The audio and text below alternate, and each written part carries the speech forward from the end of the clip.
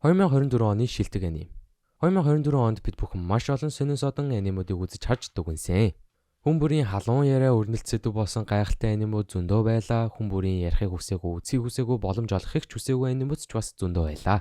За тэгвэл 2024 оны хамгийн шилдэг аним юу байсан юм болоо? Та бүхэн маань өөрсдийнхөө бодлыг комент хэсэгт үлдээгээрэй. Заавал үлдээгээрэй гойж шүү.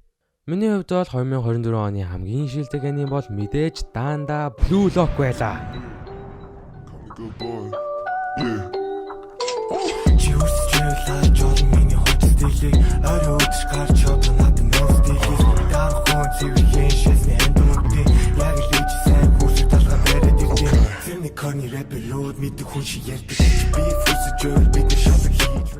За бэж 50 байцгаагаарай арт түмээ. Би сайхан тайлбарлая заа юу.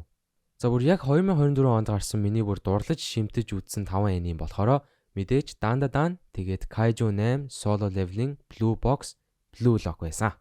Тийм ээ, баярлаа.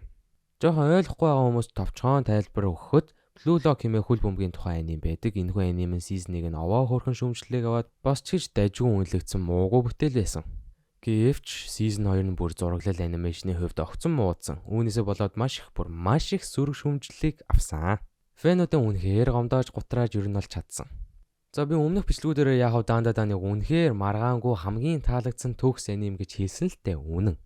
Угаасаа үнэн болохоор хүлээн зөвшөөрөе бариад идчихв арт түмэн. Гэхдээ 12 сарын 28-ны өдөр Blue Lock season 2-ын төгсгөлийн анги цацагдсан.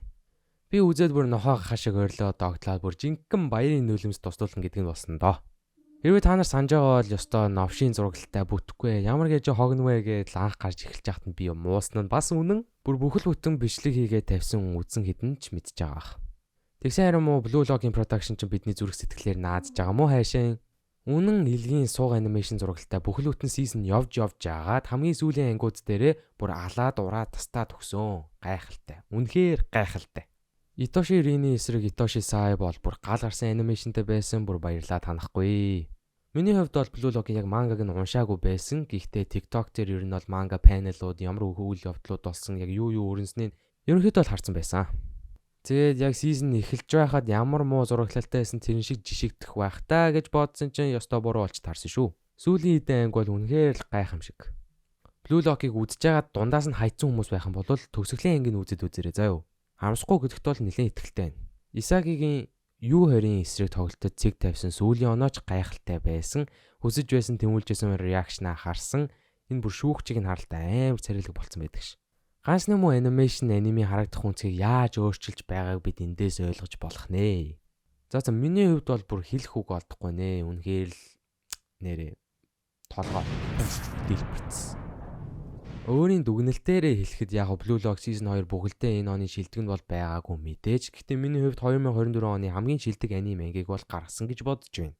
Харин хамгийн сайн аним бүтээл бол миний хувьд угаасаа Dandadan байсан шүү. Өмнөх бичлэгүүд дээрээ ч хангалттай хэлсэн байх. За тэгээ та бүхэнд шинэ оны мэнд хүргэе. Бичлэг хийгээгүй 2-7 хоног сайхан амралтаа авчаад ирлээ. Одоо идэвхтэй буцаа бичлэгэндээ орноо. Шинэ сонирхолтой зүйлсийг хүлээж аваарай залуусаа. Ер нь хийдэг бичлэгүүдээс нэлээд богинохон сонин бичлэг хийчих шиг боллоо. Гэхдээ Blue Lock-ийн талаар үнэхээр ярихыг хүссэн шүү. Сая би бүр яг төгсгөлийн ангийг үзчихээд догтлаад бүр ёо жинхэнэ баярын нөлөөс гоёжлаа штэ хүмүүсээ. Тэгээ би ч бас ютубер байна да те. Аним ярьдаг ютубер байна да. Сэтгэлдээ хуваалцаж болно нэстэ guys. За. Би бас өөрөө спортод нэлээд дуртай хүн болохоор Blue Lock миний зүрх сэтгэлд аимшигтай томоор үлдлээ. Дундаас нь үзэхэ болцсон хүмүүс байхан бол заавал үзээрэй. Гойж шүү бүр амар гоё илээ сүүлийн анги бол. Лайк болон subscribe заавал дараарай. Donation хийлгээсэн анхаадаа баярлалаа. Та бүхэн маань бас donation хийлгээж анхаашиг бичлэгэнд орохыг хүсвэл доорх миний Stream Hub линк рүү орж намайг дэмжээрэй.